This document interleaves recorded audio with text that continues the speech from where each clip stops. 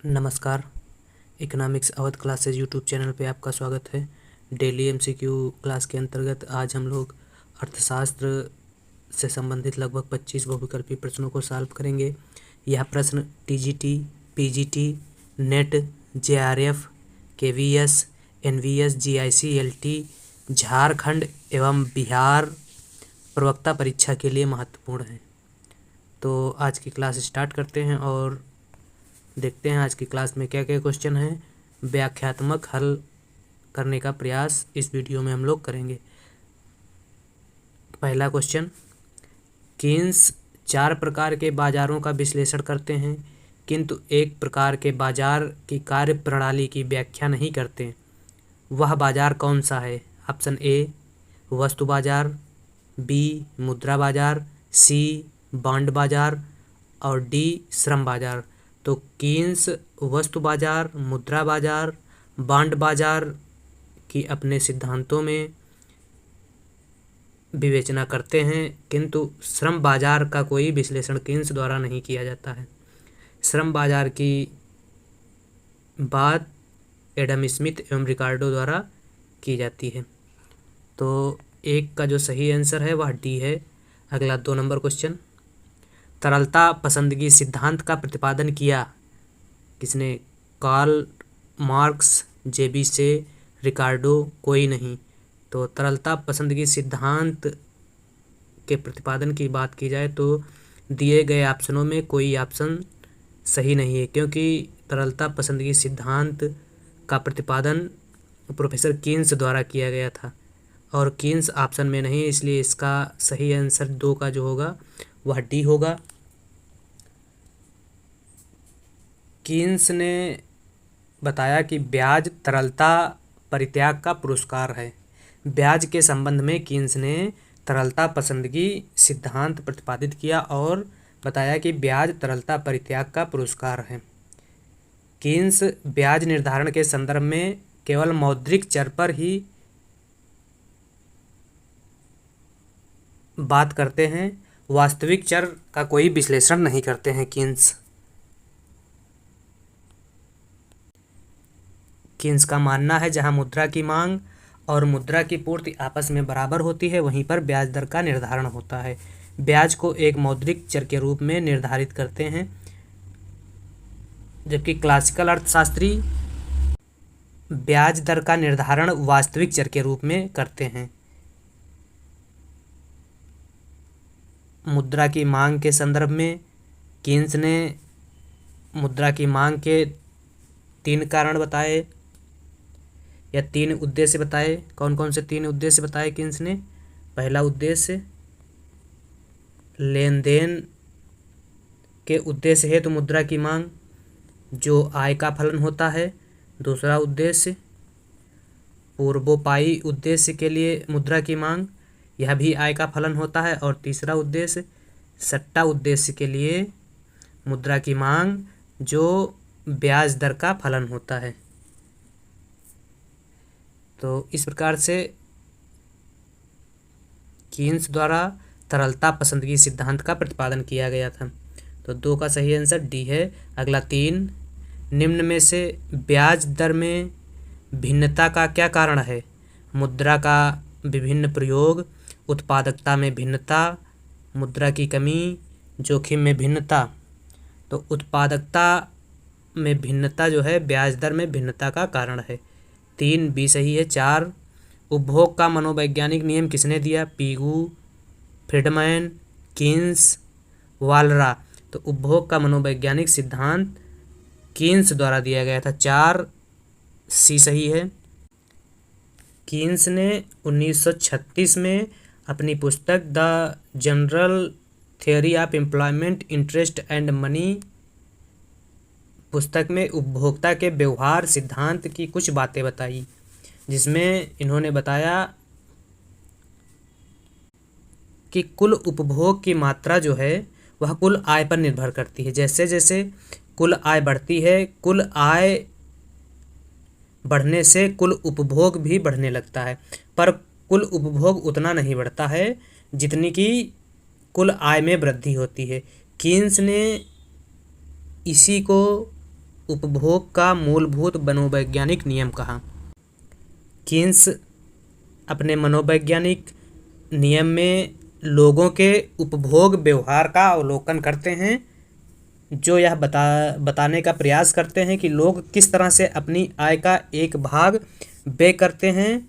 उसका पूरा विश्लेषण उनके उपभोग पैटर्न पर निर्भर करता है, जिसमें यह देखने को मिलता है कि जैसे जैसे उपभोक्ता की आय बढ़ती है वैसे वैसे उपभोग व्यय में भी वृद्धि होती है, लेकिन आय घटने पर उपभोग व्यय में कमी आय बढ़ने की अपेक्षा कम होती है। तो उपभोग का मनोवैज्ञानिक नियम जो दिया था वह प्रोफेसर कीन्स द्वारा दिया गया। अगला 5 नंबर क्वेश्चन, व्यापार चक्र एक विशुद्ध मौद्रिक घटना है, किसने कहा? तो व्यापार चक्र एक विशुद्ध मौद्रिक घटना है, यह हार्ट्रे ने कहा। तो हार्ट्रे सी ऑप्शन में है, सी सही है। 5 का सही आंसर सी है। क्या है? व्यापार चक्र एक विशुद्ध मौद्रिक घटना है। मुद्रा के प्रवाह अर्थात मुद्रा पूर्ति में परिवर्तन होने से व्यापार चक्र उत्पन्न होता है। मुद्रा की पूर्ति लोचपूर्ण होने पर व्यापार चक्र विभिन्न अवस्थाओं में परिवर्तन करता है। जैसे लोचपूर्ण होने पर ये व्यापार चक्र इन अवस्थाओं में बदलता रहता है। अगला क्वेश्चन जो है वह है 6 नंबर क्वेश्चन, शुम्पीटर नवप्रवर्तन की भूमिका सौंपते हैं किसे? पूंजीपतियों को, उद्यमियों को, मजदूरों को, लेनदारों को। तो शुम्पीटर ने व्यापार चक्र के संबंध में नवपरिवर्तन का सिद्धांत दिया। शुम्पीटर अमेरिकन अर्थशास्त्री थे। इनके अनुसार क्या है? व्यापार चक्र पूंजीवादी अर्थव्यवस्था में समय समय पर होने वाले नव परिवर्तनों का परिणाम है। नव परिवर्तन से आशय किसी ऐसी नई वस्तु से है जो उत्पादन के वर्तमान तरीकों में परिवर्तन ला सके, अथवा कह सकते हैं उत्पादन फलन में किसी भी ऐसे परिवर्तन से है जिसके फलस्वरूप उत्पादन में वृद्धि आए।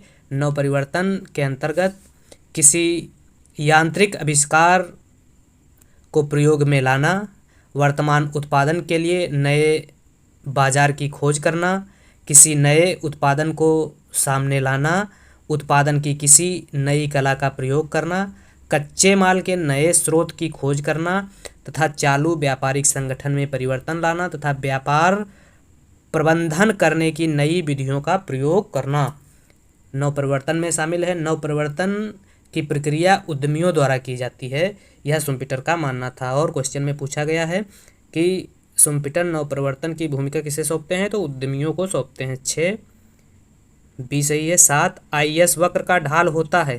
तो IS वक्र का ढाल धनात्मक, ऋणात्मक, 0, अनंत। तो यह होता है ऋणात्मक बी। 7 का सही आंसर बी है।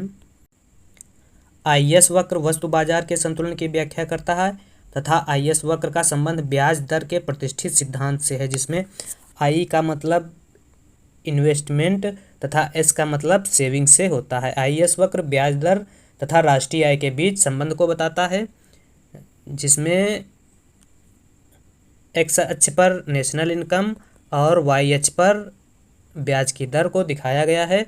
और यह IS वक्र ऋणात्मक ढाल का होता है, क्योंकि यह ब्याज दर एवं राष्ट्रीय आय के बीच उल्टा संबंध को बताता है। निवेश मांग जितनी अधिक लोचदार होगी IS वक्र उतना चपटा होता है, और निवेश मांग जितनी अधिक बेलोचदार होती है IS वक्र उतना ही अधिक बेलोचदार होता है। सरकारी व्यय के बढ़ने से IS वक्र ऊपर की ओर शिफ्ट होता है, अर्थात राइट दाएं शिफ्ट होता है। इधर सरकारी व्यय बढ़ने से ये IS वक्र दाएं शिफ्ट हो जाएगा, और सरकारी व्यय घटने से IS वक्र लेफ्टवर्ड बाएं शिफ्ट हो जाएगा। ये एक भी क्वेश्चन में पूछा जाता है एग्जाम में कि IS वक्र जब सरकारी व्यय बढ़ता है तो किस तरफ खिसकता है, और जब सरकारी व्यय घटता है तो किस तरफ खिसकता है। तो सरकारी व्यय बढ़ने से IS वक्र दाएं शिफ्ट होता है और घटने से बाएं शिफ्ट होता है। तो यह IS वक्र के संबंध में कुछ महत्वपूर्ण जानकारी थी, जिसका ढाल ऋणात्मक बी ऑप्शन में दिया गया है। बी ऑप्शन सही है। अगला 8 नंबर क्वेश्चन, सामान्य सेवाओं पर व्यय है गैर योजनागत व्यय, राजस्व व्यय, पूंजी व्यय, योजनागत व्यय। तो सामान्य सेवाओं पर किया गया व्यय जो है वह राजस्व व्यय के अंतर्गत आता है। 8 बी सही है। 9 किस अर्थशास्त्री ने राजकोषीय नीति पर बल दिया था? डाल्टन, मसग्रेव, कीन्स, कोई नहीं। तो कीन्स द्वारा राजकोषीय नीति पर बल दिया गया था। 7 सी सही है। 7 नहीं, 9 का सही आंसर सी है।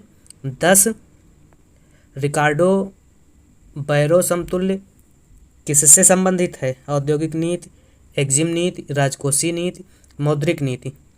तो रिकार्डो बैरो समतुल्य जो है राजकोषीय नीति से संबंधित है।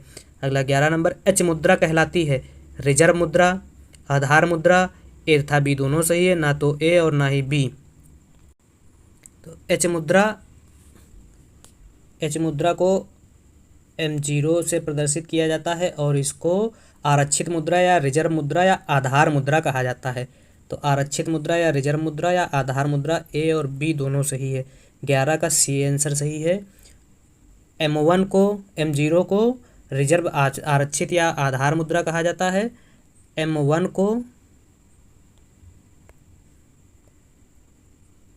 को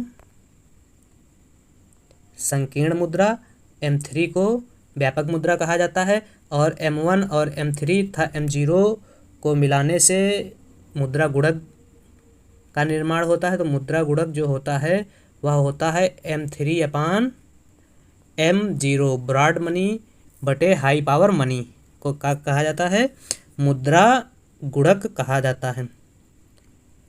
तो अगला क्वेश्चन क्या है? अगला क्वेश्चन जो है वह है 12 नंबर, मुद्रा गुणक किसके बीच का अनुपात है? तो मुद्रा गुणक ब्रॉड मनी या बृहद मुद्रा या व्यापक मुद्रा तथा हाई पावर मनी के बीच का अनुपात है।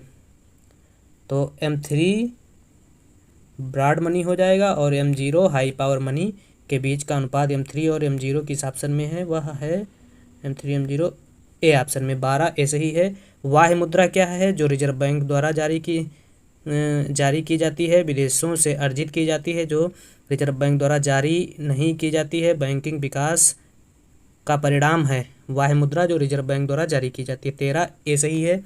14 नंबर क्वेश्चन, भारतीय रिजर्व बैंक का कौन सा नोट जारी नहीं करता है? तो भारतीय रिजर्व बैंक